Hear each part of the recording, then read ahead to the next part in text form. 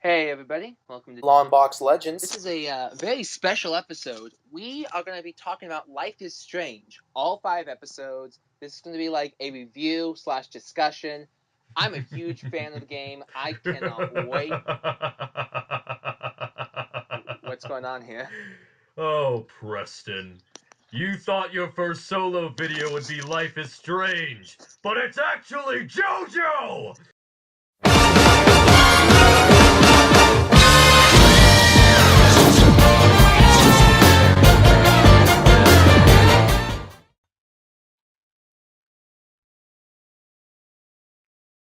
That's right, everybody. This is our JoJo podcast. With me is, me, Preston, and the person I got hooked on JoJo, Luke Alfonso. Hola! Hola!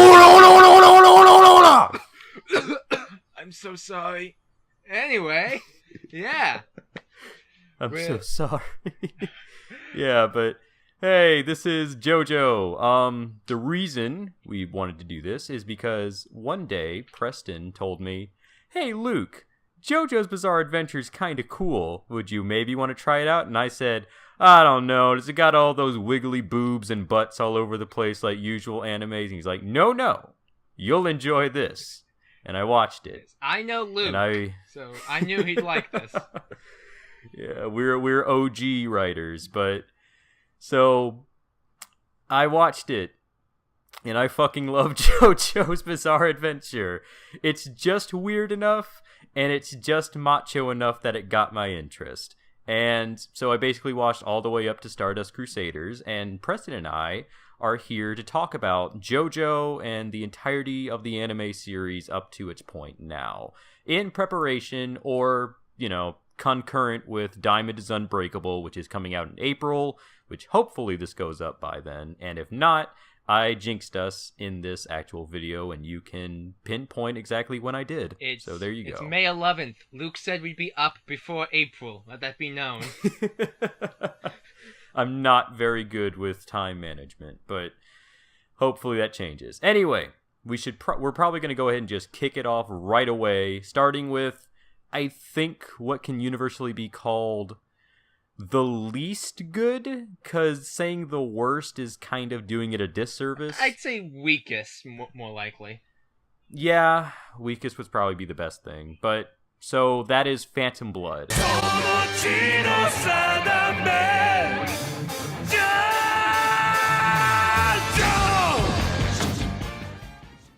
And this is basically the beginning of the entirety of JoJo. This is where all the weird shit starts happening in the Joestar family line. Weird stuff like the most British man finding a carriage.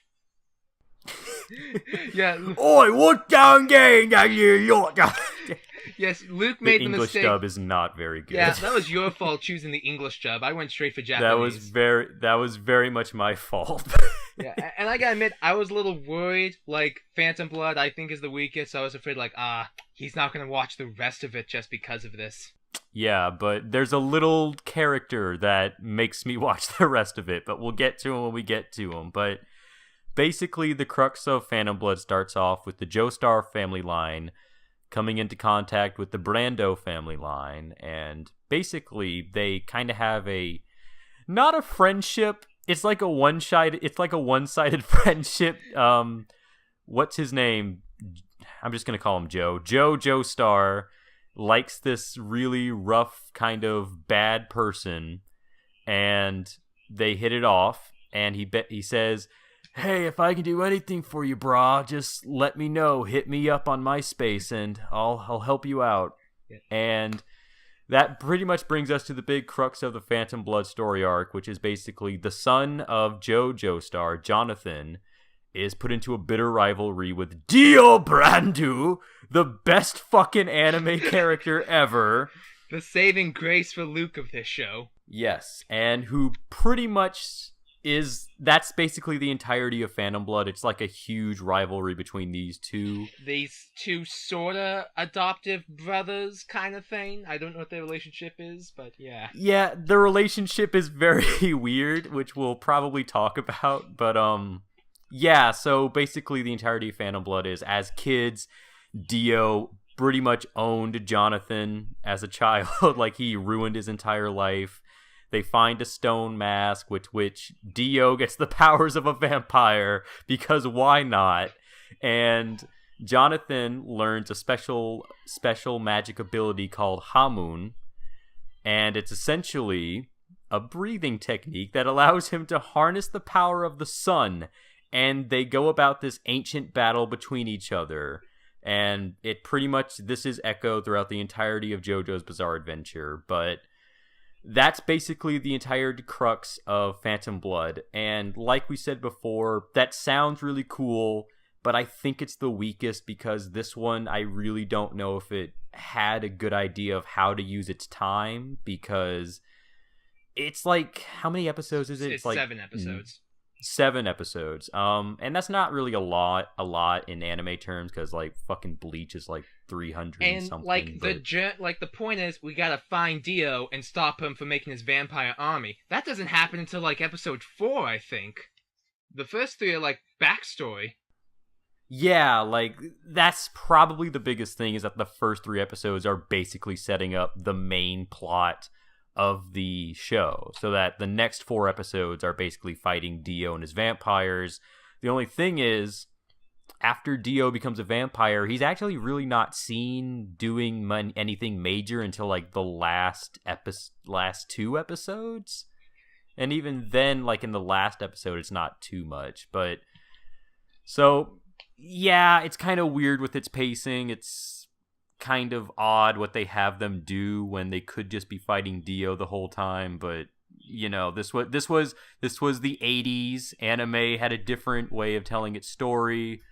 We can give it some sort of forgiveness, I think. I mean, like, he's not used a lot, but when Dio's used, it's really good. Like, there's that whole thing in stories, if someone pets the dog, that means they're a good guy. If someone kicks the dog, that means they're a bad guy. What happens when Dio suplexes a puppy and then burns it and says, whatever? That is a bad dude. We want to make sure... How can we get across the message that Dio's not good? I know, he knees a puppy in the face and then kills it. Yes, he's...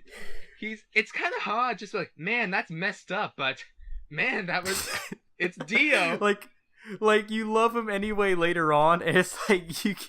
Because you have to get back, oh my god, he killed a dog, but Dio, it's Dio.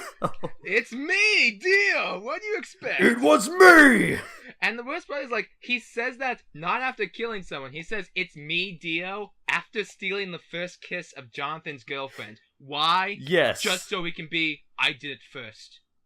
Because I took it from JoJo, therefore his life is in ruins. But... yeah, so Dio is the best. He really, I think he's one of the reasons I stayed watching JoJo's Bizarre Adventures, is Dio is so good.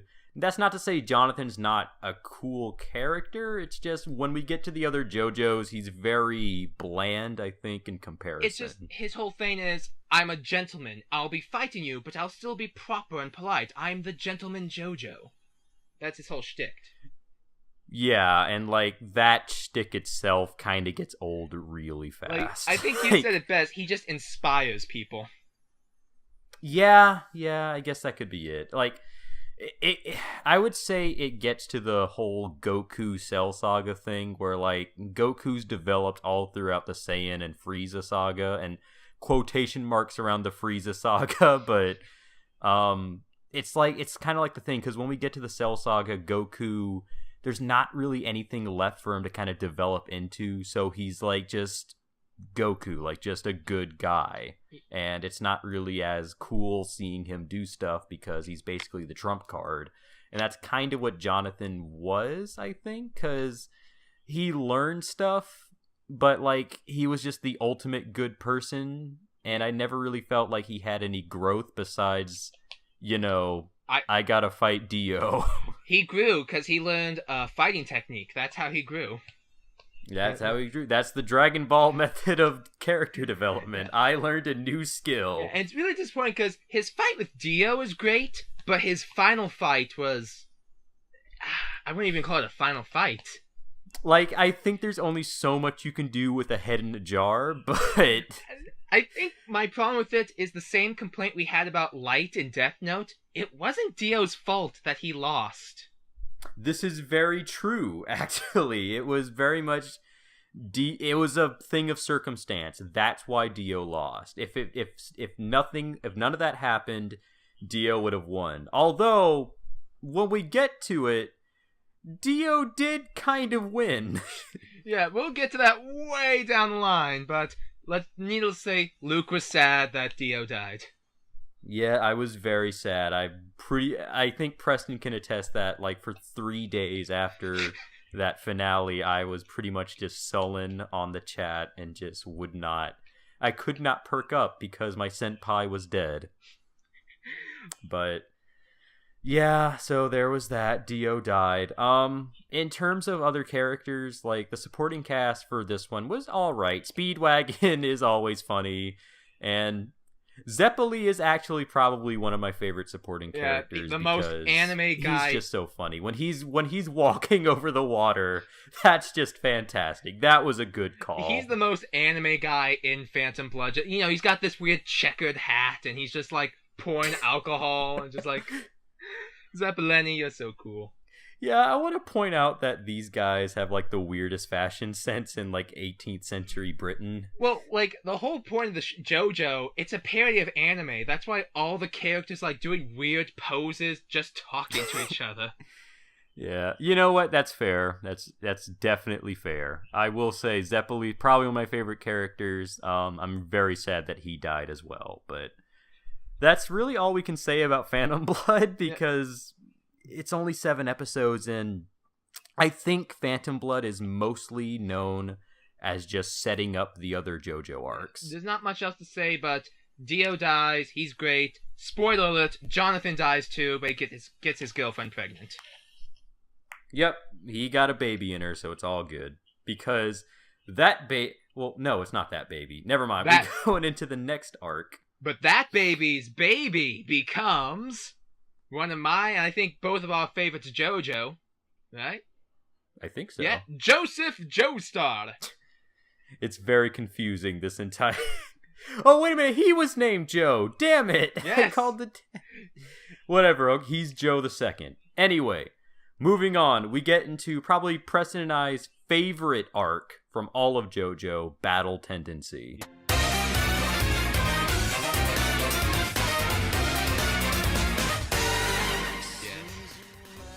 Now, the reason I think this arc is so good is probably Joseph. Joseph is amazing. He's the opposite of his grandfather in so many ways. Yes. So, we should probably go into this. So, this entire arc takes place in 1930, I think? It's during World War II, yeah, I 1930s. This really makes this the bizarre adventure. This is a bizarre adventure for anyone watching.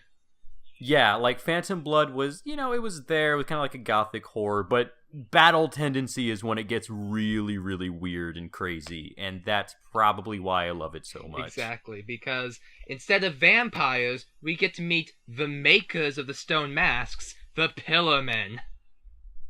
Yeah, the Pillar... The most flamboyant, threatening monsters in existence. Oh my god. So, okay, Phantom, again, it's taking place during 1930. It's basically Joseph and Caesar Zeppeli, the grandson of, what was his name? The other guy, Top Hat Zeppeli. Top Hat Zeppeli, and Lisa, and it's basically, they're fighting them because they want to become the perfect beings, these sort of pillar men, these weird putty people that have also probably the most flamboyant gay outfits I've ever seen in my entire life. Luke, what is flamboyant or gay about strong, muscular men in grass skirts, basically? Who pay no attention to Lisa and only JoJo. I want me some of that Joseph. What? Nothing. But yes, I don't think you can call them vampires, but they die in the sun, so if they get their hands on this special stone, they'll survive in the sun, and no one can stop them. Yeah, it's basically it's basically a trump card. Yeah. Like I don't want to call it a Deus Ex Machina because I mean it's throughout the entirety of the show. You can't really call it that, but yeah, it's a Deus Ex Machina. But that's actually not the term, but whatever. Anyway, this arc again is great because Joseph is fantastic in it. And what I mean by that is that Joseph is not your typical anime protagonist. He is what I like to call flawed and really complex in the way he thinks because he's basically a punk. He's a street punk. He uses sleight of hand. He uses dirty tricks. And he uses games. he uses his mind more than anything. It's not brute strength, kind of like what Jonathan was, kind of. It's more he knows he can't beat you head on, so he has a strategy before the fight's even begun to take you out on his terms. And I love that because, you know, sometimes some people would get annoyed by that. They'd be like, oh man, like there's no way Joseph can lose. But it's like, well, to be fair, he's using really good strategies. So, like, none of these look like they're pulled out of their ass. They're actually really good strategies. It's not like I've learned a technique that will like that. No. He uses actual science and physics, like stuffing stones underneath wheels so the carriage will be stalled. Like, oh, that's actually pretty clever. He thought that out. Yeah, like, there's actually a plan, I think, late in the series where he's fighting one of the Pillarmen, and he has to hold Lisa up by a rope, and the other guy is like, I'm getting closer to you, and he cuts it, but Joseph had already, like, tied the rope to his leg and looped it around that guy's leg so that when he cut the rope, the Pillarmen would be holding them up. And I thought, that is, like, one of those genius things I think the show's done. He's a magician. He loves sleight of hand and, like, rope tricks. So, like, okay, that makes sense. Yeah, and I think I like... Yeah, it's just... It's stuff like... He's a man fighting these really big monsters, so he has to have some sort of method of fighting against them. Yes. I think the other reason we like this one is, unlike Phantom Blood, the pacing here is really good. Yeah, this one is mostly a training, I think, kind of show, where it's like...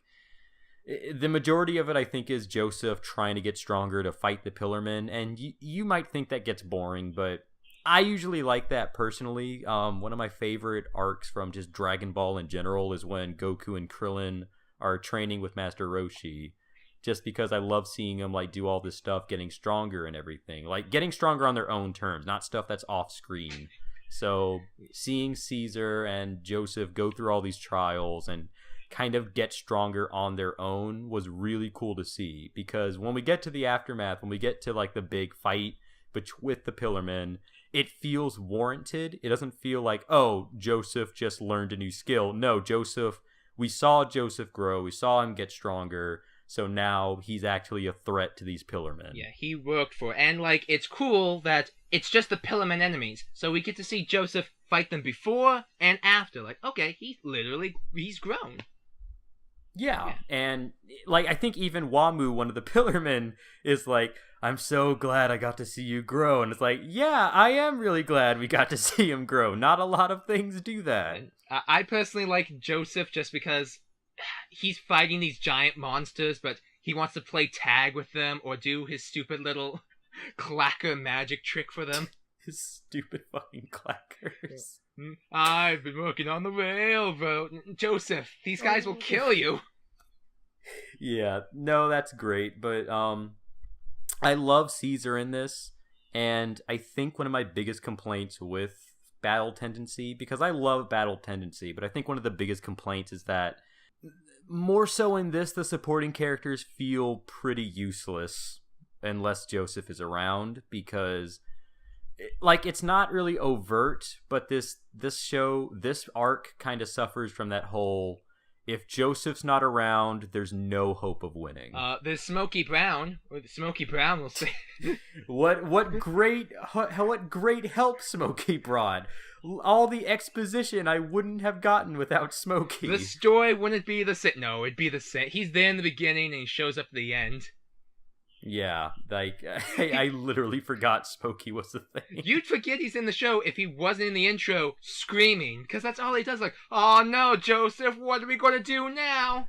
Oh, jeez, Joseph, the Pillar Men are coming close. Oh, I knew you'd do that, running away.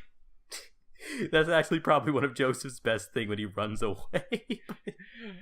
The Joseph Joestar secret technique. But okay. Running away. Okay, so Smokey Brown did nothing. I can agree with you just because the supporting characters are mainly Caesar and Lisa.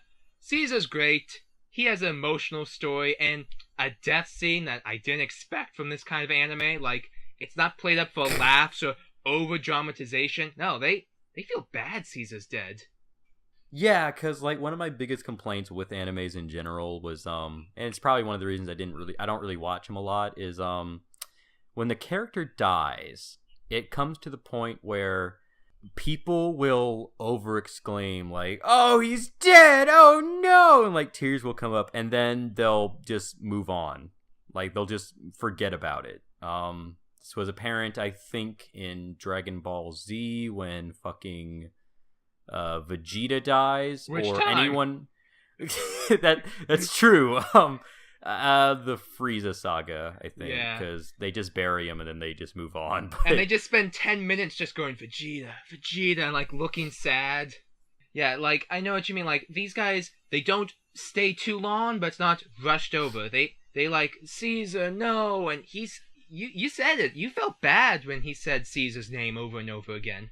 Yeah, because like in this one, it's actually really cool because like it's kind of ending. It ends on Caesar's death, kind of, which I think is actually kind of brilliant because usually a death happens like in the middle of it or like in the beginning, and then it's like, oh, now we got to get through the rest of this episode, wondering why these guys just moved on so fast. But this one, it literally ends. They find out Caesar's dead, and it's like the narrator comes in and he actually is like, they both know that they need to keep moving, but they just can't bring themselves to do it. And it ends with them crying over Caesar's body, which is like crushed by this crucifix rock. And like it closes out. And it's actually really cool because like later on when Joseph has to leave, he has to pass by Caesar's body. And instead of just like skipping over that, they show him look at it, and he can't even look at it without, tearing up, and he has to run out. And I was like, what a great way to show that this death means something. Yeah, a death they spoiled in the intro for all of us. Yeah, I love the intro. Each JoJo has a different intro, and the one for Battle Tendency, if you pay attention after you watch the show, there's a bunch of Easter eggs that tell you, oh, they said that would happen, they said that would happen, so that's pretty cool. Moving on, though, one last thing, the Pillar Men. Like, yeah, Lisa's another supporting cast member, but what more do you want to say about her other than she's cool? I mean, she's cool. But you're told she's cool. Yeah, we're told she's cool. We don't actually get to see her do anything cool, and that's a shame because she has a really cool battle outfit that I would have liked to see her fight in, but... Sunglasses and a scarf, what more do you need? Yeah. But I like the Pillar Men just because... they look kind of similar, but they have very different personalities. Yeah, so I really like them. The first time we see something like them as Satana. Gotta get it right because he's named after Carlos Santana. But they're basically very Mayan inspired. It's either Mayan or Aztec inspired, and the entire crux of them is basically they're these weird sort of gelatinous people. Like they're very malleable sort of people. It's like it's weird because they look like us, but they have these abilities that are so far past us that we can't hope to comprehend what exactly they are. Like they're scary in that regard. Yeah. Like they're human, but they're not human at the same time. Exactly. I mean, like even just looking at them, I think they're bigger than the average man, so these things aren't human. Yeah, they're way fucking bigger than the average man. You see those goddamn pecs? Yes, but, like, you've got Wamu, who, basically he's all about... Wamu, who's all about honor and just like, you fought well, I'll give you that one thing. And it's just like, that's pretty cool of you. Kaz, who's just a jerk. The biggest dick in the universe. At least he makes sense. Like, dude, I'm the bad guy here. Why am I gonna play fairly? I freaking love that. I freaking love that they're just like, I will fight you fairly, and then he cheats, and he's like, why did you think I would fight you fairly? I just want the stone. Wamu fought fairly. Wamu's dead. I don't. It's like, how did they not expect that he would pull some dirty trick? Did you expect him to pull a dirty trick? That's what I thought. And exactly. Yeah, AC/DC, who he's there. He's there to tell Luke a big secret. All the bad guys are named after bands. if you say AC/DC's name slowly, it sounds a lot like AC/DC.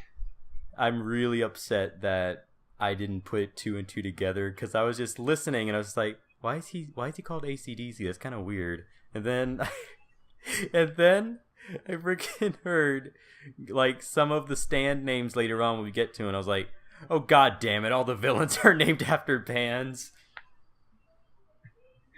Yeah, to be fair though, but, like yeah, like the Pillarmen themselves are cool. Cars, I actually like Cars, because it's mostly he's just a bad guy. Like I usually like a villain that's just a bad guy. Like Frieza, I freaking love because he's just a bad guy. There's no reasoning with him. And we get to Cars, there's no reasoning with him because he found out reasoning doesn't work. We're gonna die if we reason. So I'm not going to reason with these people. And like the other thing, he backs up what he says, like, no one can stop me in my ultimate form. He's right! No one can stop him in his ultimate form. Only space could stop him. Only sheer luck.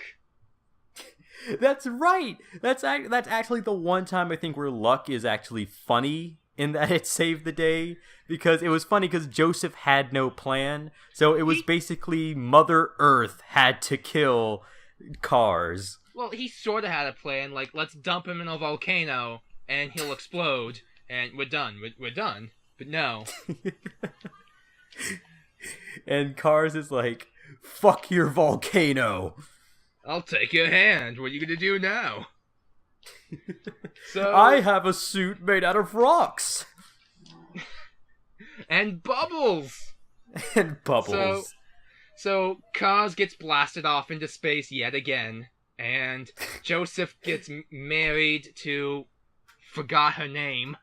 Oh, Susie Quattro. I only know because she's Susie... named after a singer. Susie Q, there we go. He marries Susie Q because she's hot. That's it. To be fair, she is kind of attractive in a weird cartoon sense. In a weird cartoon sense, yes. So, Joseph defeats the Pillarmen, Caesar's dead. I think we covered all of Battle Tendency. Yes, we have. So, Battle Tendency, I think the best arc. Well, actually, we didn't cover everything in Battle Tendency. There was something at the end, something you kind of freaked out of it. So we find out at the end, frickin', he's back. They pull his little thing out the water and he's back. They pull out a coffin and it just says D-I-O. And Luke's like, no, it can't be. They open it. Dio's back, baby! Oh, I was so happy about it. I didn't know he was coming back. Like, what were you thinking when they saw them lifting a coffin out of the sea? Were you think, is that Dio's coffin? Yeah, I was like, wait a minute, is that Dio? I was like, no, it can't be Dio's. And then it shows his name, and I'm like, oh my god! I get more Dio! And that leads us into Stardust Crusaders.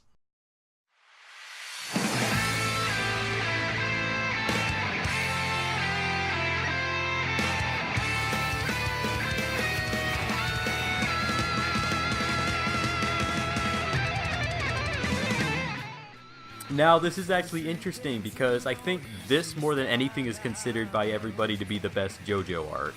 And I think it's mostly because stands are introduced here. Stands introduced, and it's twice as long as any of the past JoJos. Yes, this one has 2 seasons, and Ooh. some might say that wasn't a great idea. And we'll say why later. But first, here's our new JoJo. Jotaro Kujo, a.k.a. JoJo. They're all named JoJo. You gotta get used to it, people. But we're going to call him Jotaro because in this season, Joseph actually comes back, except he's old man Joseph, and he hates them Japanese. He hates Japanese people. I was gonna say the Germans rubbed off on him, but I think they were allies, so never mind. Point is, he doesn't like Japanese people. And why? Because his daughter married a Japanese man, and he doesn't get to see her as often. But hey, they make killer Walkmen, so they're not all too bad. No, that's actually pretty good product placement. So, what can we say about Jotaro? Seriously, what can we say? Because I like him better than Jonathan, but he's not like Joseph. Okay, so here's the thing. I said this before, and I don't remember if you agreed with me or not, but this is basically my pitch with Jotaro. Jotaro is great, but you have to get used to him. Yeah, I'd say it's like when we meet this one enemy called the Lovers or Yellow Temperance, that's when he gets good, but in the beginning he's just a I don't care street punk. Yada yada de, or whatever he says. That's yada, basically what he is in the first couple of episodes. He lives and dies by that catchphrase. But later on, you start waiting for the catchphrase because it just becomes so good. But yeah, so, like the first couple of things, he's like a street punk, and he's just kind of like, "Hey, bitch, leave me alone," and all that stuff. Like he's a hard ass person, and like, he's like, yeah, go on. Like, Joseph Joestar comes over, his grandfather, and is just like, hey, grandson, this bad guy, Dio, messed with my grandfather, he's back, and now we have to take care of him, let's take him down. And he's just like, nah, I don't want to. It's not my problem. It's like, Jotaro! You have to help! And he's like, no. It's only when I believe Jotaro's mom, Holly, gets afflicted by her own stand, that they have to go and fight Dio to lift the stand curse from everybody. Yes. And so basically this JoJo arc is interesting because it's basically a journey across the world to Egypt. Yes, and like we even get some much better supporting cast members this time around. Yeah, like I think before it was like the past couple JoJo arcs were basically no one can stop this enemy but JoJo. But in this one, actually, Jotaro I think has the least amount of battles. Yeah, and that's what I like about this arc. It's just like, it's not Jotaro has to do this. No, like, maybe we'll let this guy do it, or this guy, and even Joseph, with who you call the worst stand user, but still. Okay, to be fair, I learned later on that he's pretty useful. Yes. So, our new supporting cast members this time around are Avdol, who's got a fire stand. And yes, we have who's he's after pretty cool. He's pretty cool. He's kind of like the monk of the group, you know. He's always got his turban on, just like, we have to do this correctly. Yes. What's the thing he does later? Like, as he's going up and down with his thumb. He's like, Avdol, yes, I am. He decided, I need to have some character traits. He gets I would say he gets some character traits way too late into the show. Yeah. Then we meet I'm gonna so butcher his name, Kakuane. Kakuine, there we go. Who's got, I think, a pretty cool stand design of Hierophant Green, and he's like a street punk. Yeah, he's a street punk like Jotaro, but much more friendlier. Yeah, he's probably a little more compassionate, I'd say.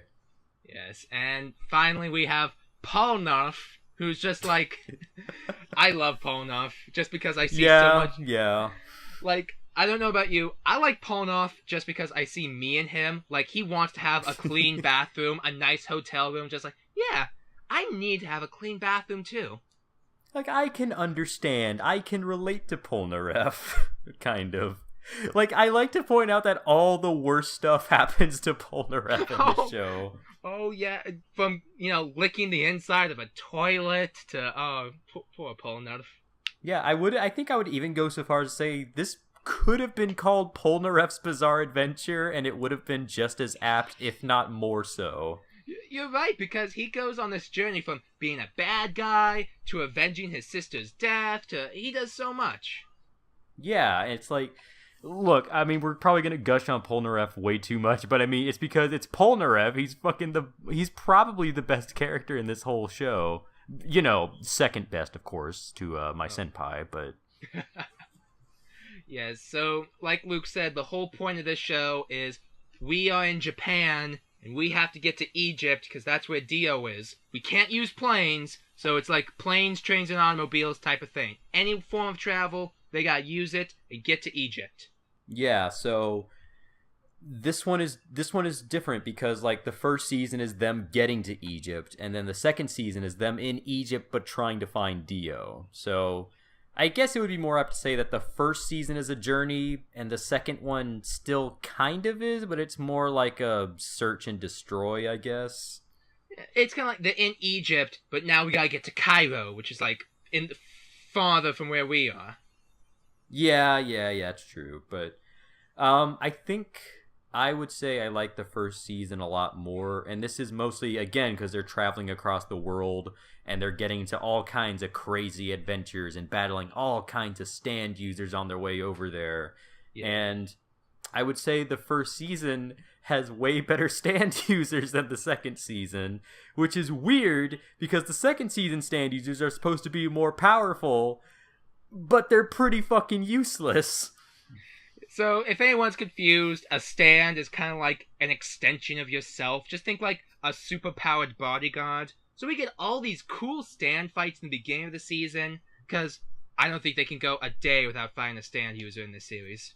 Yeah, like if the first two JoJo's weren't actiony enough for you, this one is just over-the-top action, and it's fucking amazing. Yeah, it's action everywhere with all these crazy designs and weird powers, and I think what's really cool about these fights is it's not a my stand is stronger than your stand. It's these are my strengths and weaknesses, and I'm going to use them against you. Yeah. Like from what we start off, like I think some of the stands when we start off are kind of basic, pretty much, but as we get on, I think probably one of the best things you take away from stands is that they can have any fucking power at all. And when I mean any power, I mean like one stand can basically cut a hole in you, and if it goes through that hole, it can control you like a puppet. Yeah, or one who enters your dreams. The most overpowered power ever. Yeah, issue with that. How do they defeat him? Lucky. Yes, they get lucky. And I believe there's one stand that says it can become any mineral at all, which is like, that is not fucking fair. Like, yeah, because like JoJo's team is just like, my stand has fire, mine has water, and mine, JoJo's is just, I'm really strong and fast. But all these other guys, it's just like, I'm basically acid, you can't touch me. I'm basically acid. I'm an insect and I can control every pain in your body.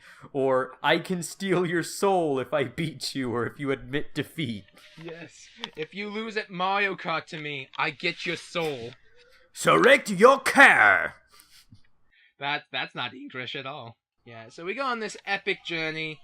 And like, I would agree the first season's better stand-wise. Because the second season stands are just like, I can make myself look like anybody, and I have a book that predicts the future. But we're incompetent. I have a stand that is a plug in the wall. Oh, this one again. A thing that nobody would touch ever. Luke has such a huge issue with this stand, even though... Because it's such a stupid fucking stand. But they nearly kill Abdul and Joseph. They nearly die. First of all, Joseph is an idiot, so I accept that. Second of all, he didn't even see it. If he had seen what it was, he wouldn't have touched it. Second of all, Why did Joseph touch a plug on a rock?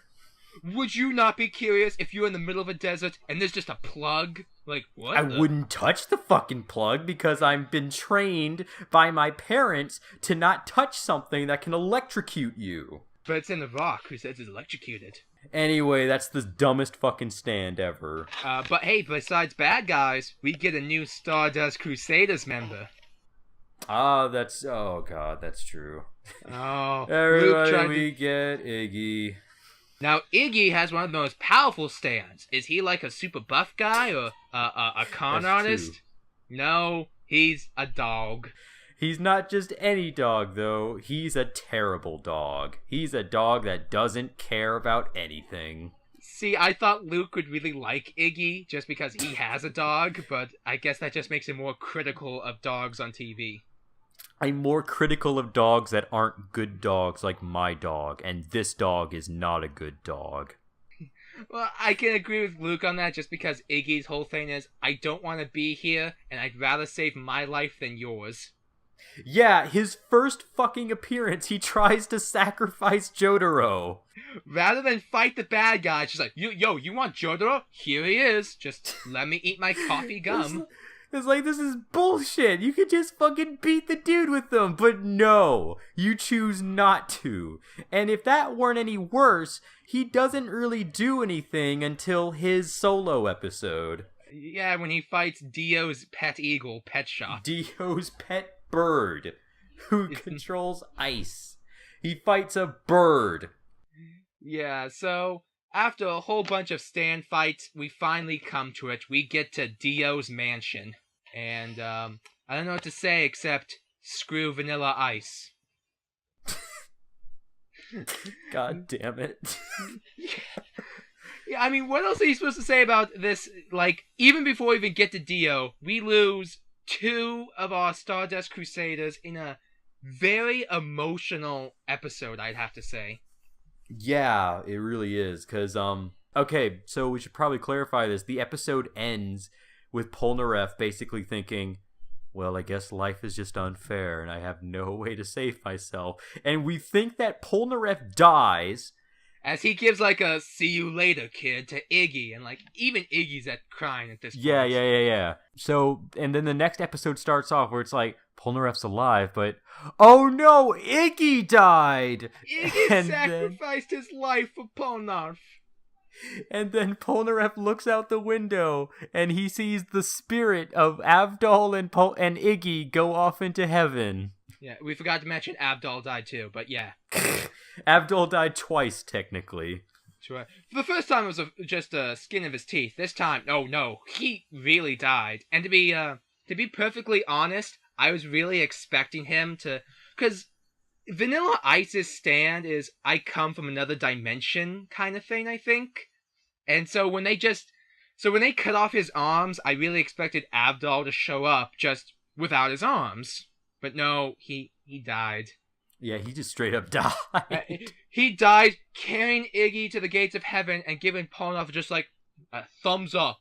Don't blow this, kid. You did good. Yes, I am. So we lose Polnareff. I mean, we lose Avdol and Iggy. And then it finally happens. We meet Dio. And oh my god, Dio has the best fucking stand. So, like, when we first meet Dio, Polnareff tries to go up the stairs, and then he's down the stairs again. So, did you have any clue what his stand's power could be?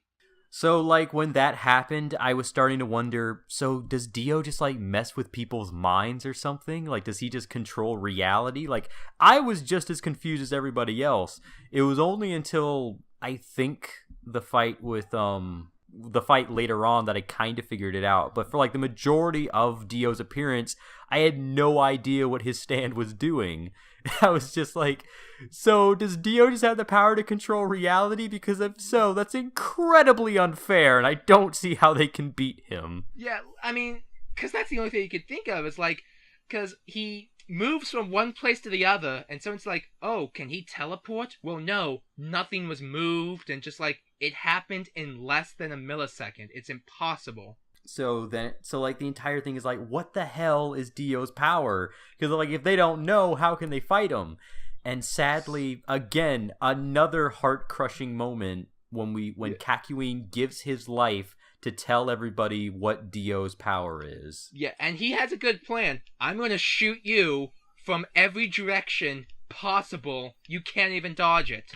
And Dio dodges it. And then as he's dying, he's just, how did he? Oh my god, he can move through time. He can stop time. Oh my god. And again, this is probably not my personal favorite, just it was really sad for me just to have Kakyoin looking at the clock and thinking, Mom and Dad are asleep. I feel so bad for all the trouble I caused him. Just, dang, he's like 20 years old. I totally forgot about that. Yeah, that's true. He's young. He's a young kid. And if it wasn't for the narrator just screaming, Kakyoin is dead! This would have been really sad. K.O. Flawless victory! So, Dio, he can stop time for 5 seconds. Yes, which some of you might think only 5 seconds. You'd be surprised how long 5 seconds is in anime time. Yeah, anime 5 seconds. He has enough time to monologue and then walk. Yeah, like, at some point this is getting a little ridiculous, but the fact still remains, Dio has total control over everything for like 5 seconds. And it's brilliant because when Jotaro comes, you actually are starting to think, I don't even think Jotaro can beat him. Because Joseph tried to fight Dio, and Joseph got stabbed in the neck. Yeah. Yeah, Joseph pretty much fucking got owned. Joseph, who can predict your every move, got owned. So, what are you going to do now? So, there's this whole epic thing where Dio is basically toying around with Jotaro, and then we learn something amazing. It turns out Star Platinum wasn't really precise. He could just stop time, too. Yeah. So, all those times... So, am I wrong in saying all those times he did, like, 1,000 orders? He wasn't really fast. He was just doing stopping time? Yeah. Like, I do think, though. I think it's, like, when he caught the bullet before it killed Jotaro. That was, like... Because, again, like, everyone was like, oh, man, it's so precise, it can stop a bullet. But it's more like it stopped time for, like, a millisecond to grab that bullet. Right. Millisecond's good thing because, like, he's not as powerful as Dio, so it's not like he can stop time for 5 seconds also. Dio still has the edge in this fight. Yeah. So it's not to the point where, like, Jotaro can just automatically beat Dio. It's like Jotaro can move when Dio stops time, like, for, I think, a second or two. Yeah, it's 3 seconds out of the 5. So the whole thing is, I gotta think smart. What is he going to do with those other 2 seconds? Exactly. So it becomes a game where it's basically... There's actually this really tense sort of sequence of events where, like, Dio puts all these knives around Jotaro, and we're just like, how the fuck is Jotaro going to do this? And then we find out Jotaro had, like, stuffed his whole body, like, padded his whole body with, like, books and stuff to stop all the knives before they hit him. And then he has to play dead so Dio doesn't kill him. So he literally stops his heart with his stand and has to restart it to surprise Dio. And he delivers a fucking hell of a punch on Dio's skull, cracking his skull. Yeah, you know, he kind of earned it after throwing a steamroller and then hitting the steamroller on top of Jotaro. Yeah, so freaking stuff happens. We find out Dio keeps getting longer and longer and being able to stop time. And for the big finale, Dio decides, I'm not just going to kill Jotaro. I'm going to drop a steamroller on him. And he does, and it's amazing. But not good enough, because Jotaro stops time longer than him. I think that's how he wins, right? Yes.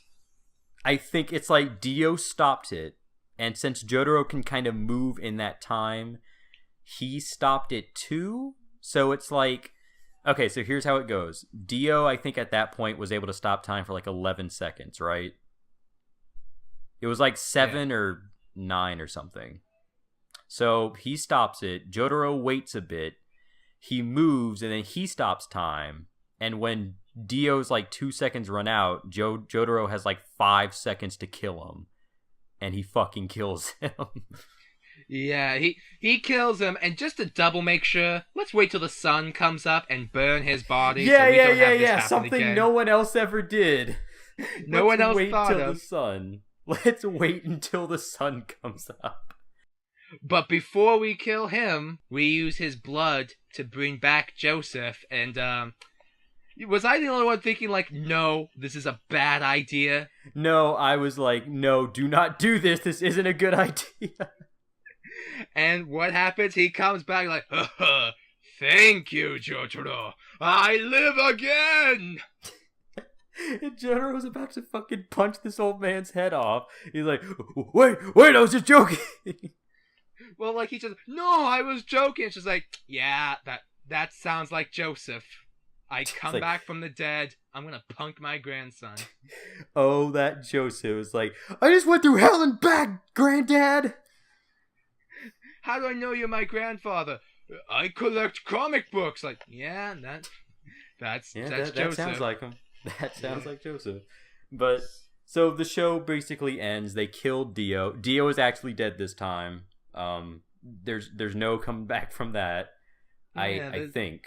Yeah, there's no way he's coming back. No way. I can never tell if like you actually know if he comes back or not. But no, he's dead. He's dead. Okay. Good to end on a high note. There's no way he was gonna top dropping a steamroller on somebody. Dropping a steamroller with little hearts on his knee pads and stealing the intro to a show. You can't top that. You can't top it. So it's good he went out with a bang. But And the show has a really emotional thing where Paul Knopf goes back to France and they go back to Japan and they just ended on that picture and just go, you know what? This was a fun trip. Like, aw. Yeah. Despite our friends dying. And Iggy. They had to get over it. But anyway, so I do really like Stardust Crusaders. I fucking love stands so much that I've made like 3 stands of my own. So much so that everybody in our Facebook chat has a stand now. They don't know why they're named. Why does my name say Cody and the Imperial March? It's a JoJo thing. We gotta name you after a song. You gotta name. To be fair, he chose the Imperial March. I was hoping you would choose an actual song, but whatever. Oh yeah. So yeah, JoJo's Bizarre Adventure. It's a really good anime. I feel like the Stardust Crusaders, we could easily skip over a lot of the stand episodes. Like, they're good, but some of them, like the talking sword or Oingo and Boingo, they serve no purpose other than filler for me. Yeah, same. Like, I was actually debating for a while to skip those episodes, and I only stuck with the 2-part return of Oingo and Boingo only because Whole Horse was in there, and I love Whole Horse simply for the fact that he's just pathetic. Yeah, he sucks, and he's a joke. We love Whole Horse. Yeah, I don't know why I like Whole Horse, but I hate Oingo and Boingo with a passion. I think you just don't like them because of their design. Well, Whole Horse looks like a cool guy, but he's the dorkiest person you'll meet. Yeah. But so, before we close this out, Preston. Yes. What are your top 3 stands? Okay, my top 3 stands. I'm gonna say the Darby Brothers as 1. Okay. The Lovers, just because we get that super awesome scene of Jotaro writing the check and doing 20 seconds straight of orders. And and the third one would probably be Yellow Temperance, just because of that. Yeah, just Yellow Temperance. Okay. So for me, this is gonna sound weird. So number 3, I don't remember his name. He had like the shadow that could make you a kid. Oh, Set. I love Set. Yeah, Set. I really liked Set. I think I mostly liked the guy behind the stand, but the stand was pretty cool too.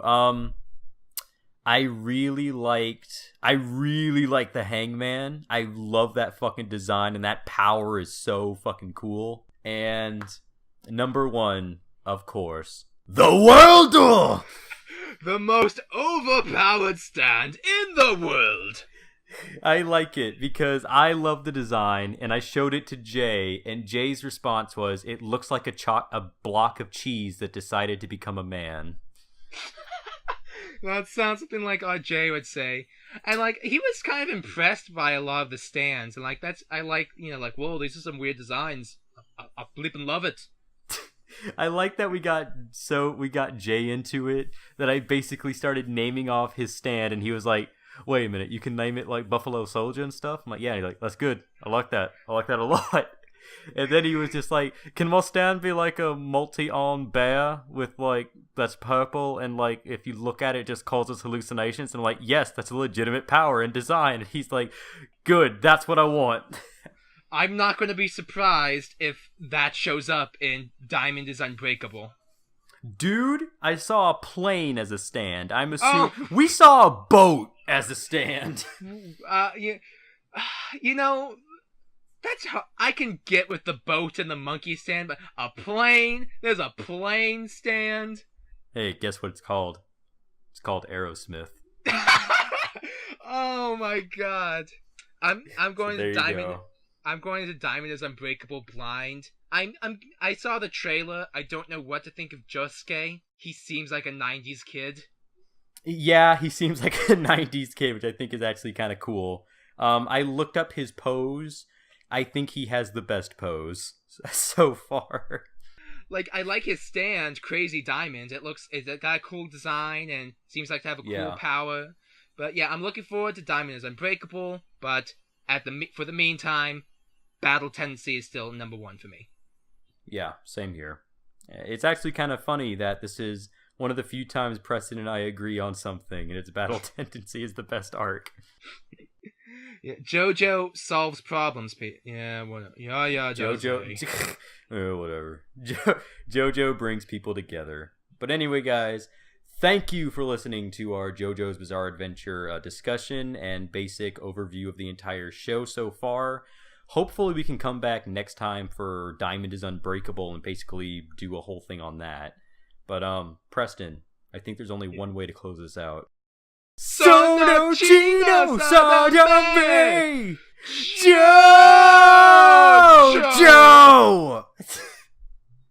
Fucking nerd. Awesome. Sono Chino Sadame